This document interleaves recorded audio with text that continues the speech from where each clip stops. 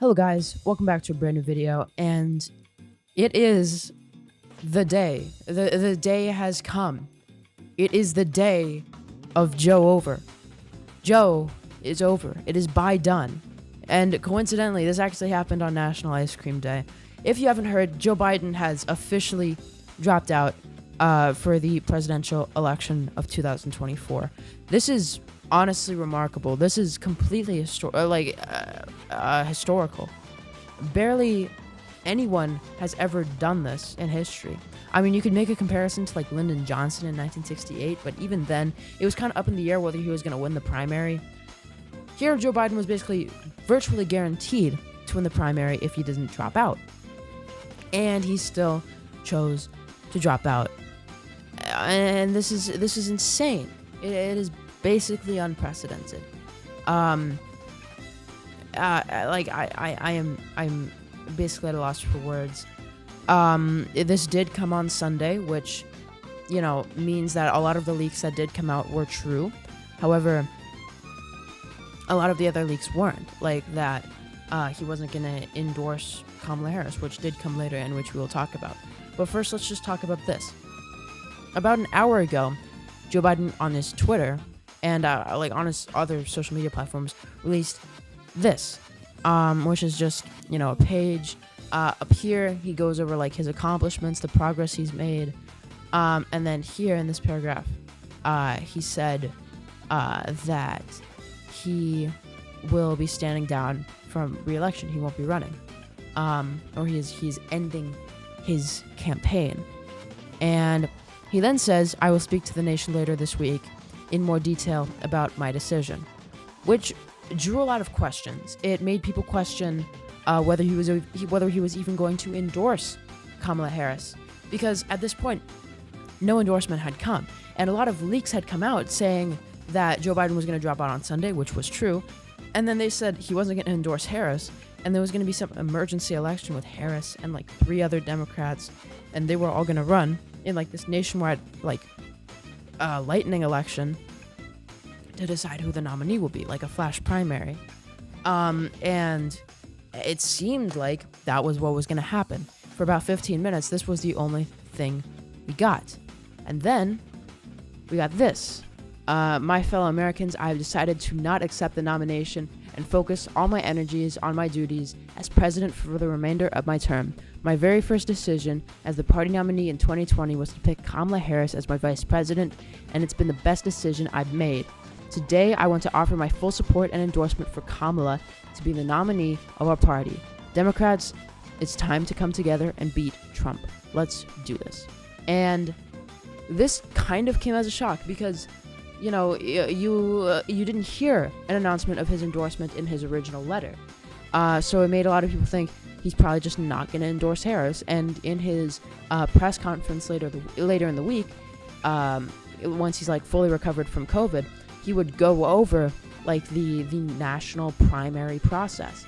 But no, it just seems like he's going to endorse Harris, and he's probably going to free his delegates to go to Harris. And honestly, this seems like the most likely option. Although she might not be the best candidate, she does carry over some of his incumbency promises. Like she was, in a way, the incumbent because she is the incumbent vice president. And she gets to keep the hundreds of millions of dollars of funding that they have raised. There are a couple problems, though.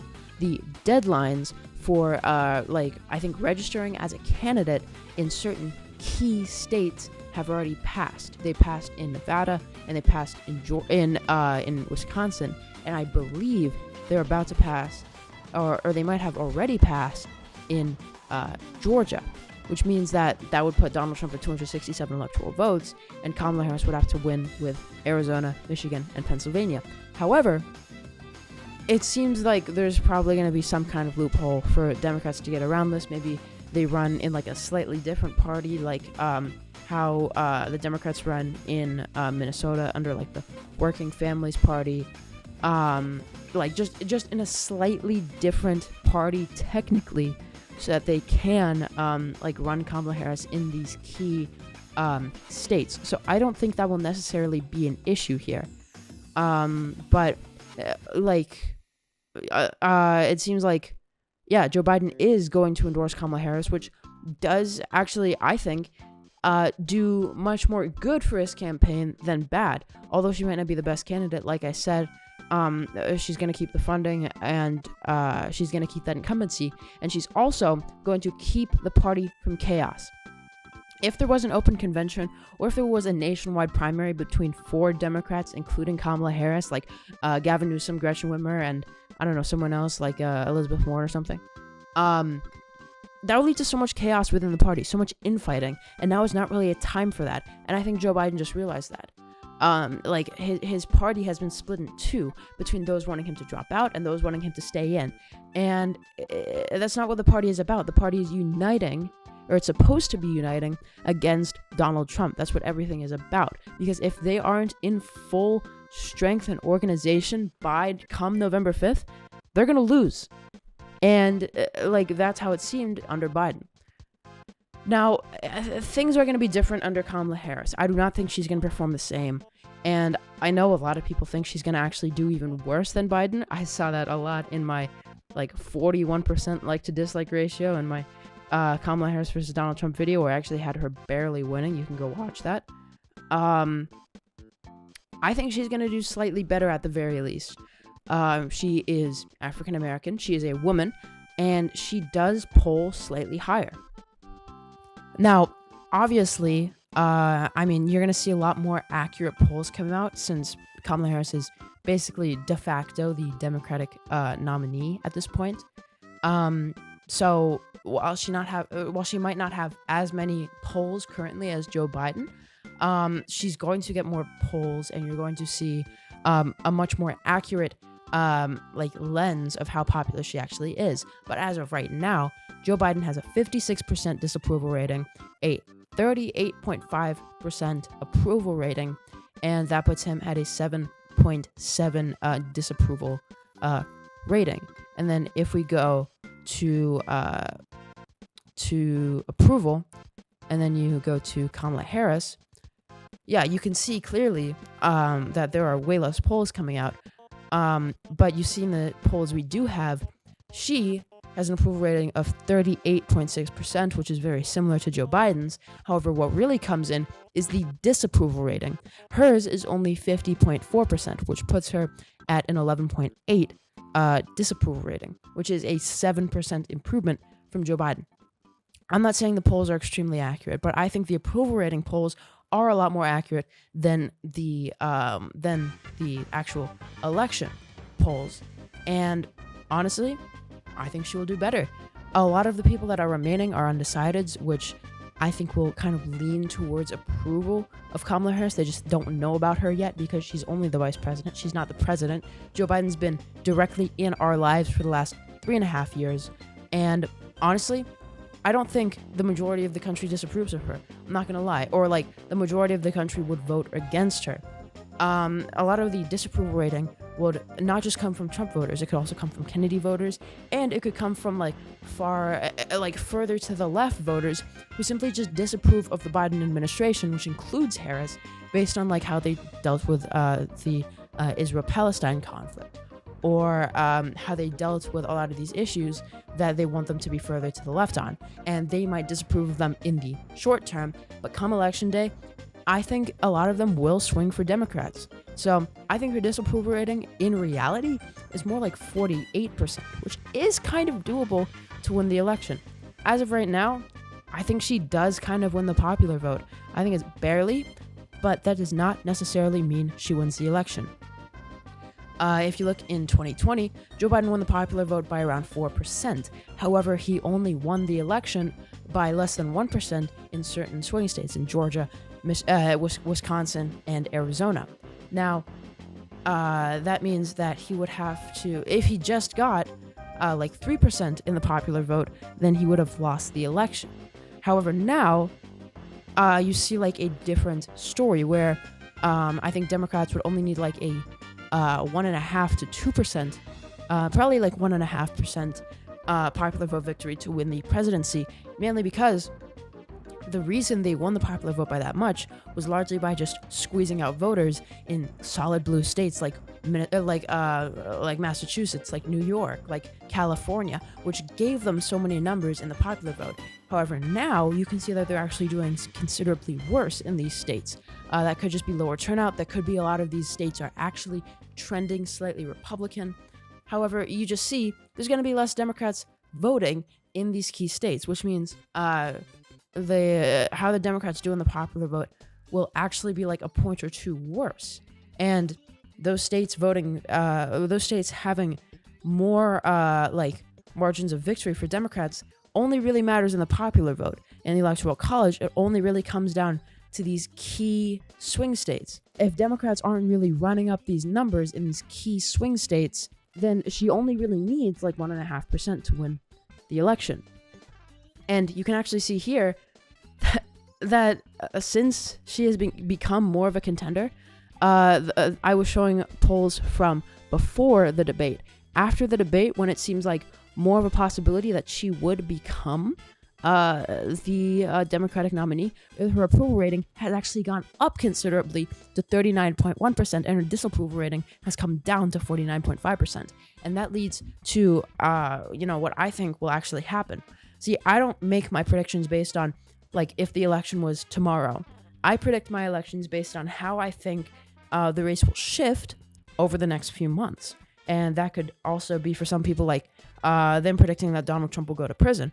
For me, I think Kamala Harris will actually gain in the polls.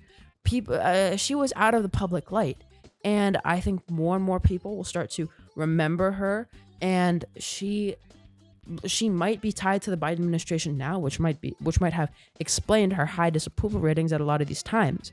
However, when she comes out and shows that she's different in a lot of ways, like, she's more pro-Palestine than the Biden administration, which could help her a lot with younger voters, or that she can actually, formulate a coherent sentence, then you can see that, like, she could do a lot better, So, in short, we still have to see. And frankly, the most important thing from here on out is who she picks as her vice president. Now, she has a lot of different options. In a leak that came out, it showed that her shortlist for vice president was Mark Kelly, Roy Cooper, and Andy Beshear. However, I don't think that's the best choice. I think her best choice is who a lot of people suspect she will actually end up picking, and that is Josh Shapiro of the state of Pennsylvania. He was only elected in 2022. However, if she picks him for the election, I do think she has a solid chance of winning, like a 49-48% chance. I do not think she has the edge, because I think with Josh Shapiro, she could do well and could win in Michigan and Pennsylvania, but she would still have to pick up one more state, whether that be Wisconsin or Arizona. But it would still help her considerably, considering now, with just a generic vice president, I think the only state where she actually wins compared to Biden is the state of Michigan. However, she would need much more than that to actually end up winning the election. So, I think in order for her to win, she can't pick one of the people on her shortlist. She needs to pick someone who's more populist, someone who's more from the Rust Belt, who can actually really turn out these groups to hand her the election by her winning Michigan and Pennsylvania, and then one more state, whether that be Wisconsin or Arizona. Also, I'm editing this literally right now, and I just realized that this means that two of the keys are flipping, which are no major challenge for the president and an incumbent president.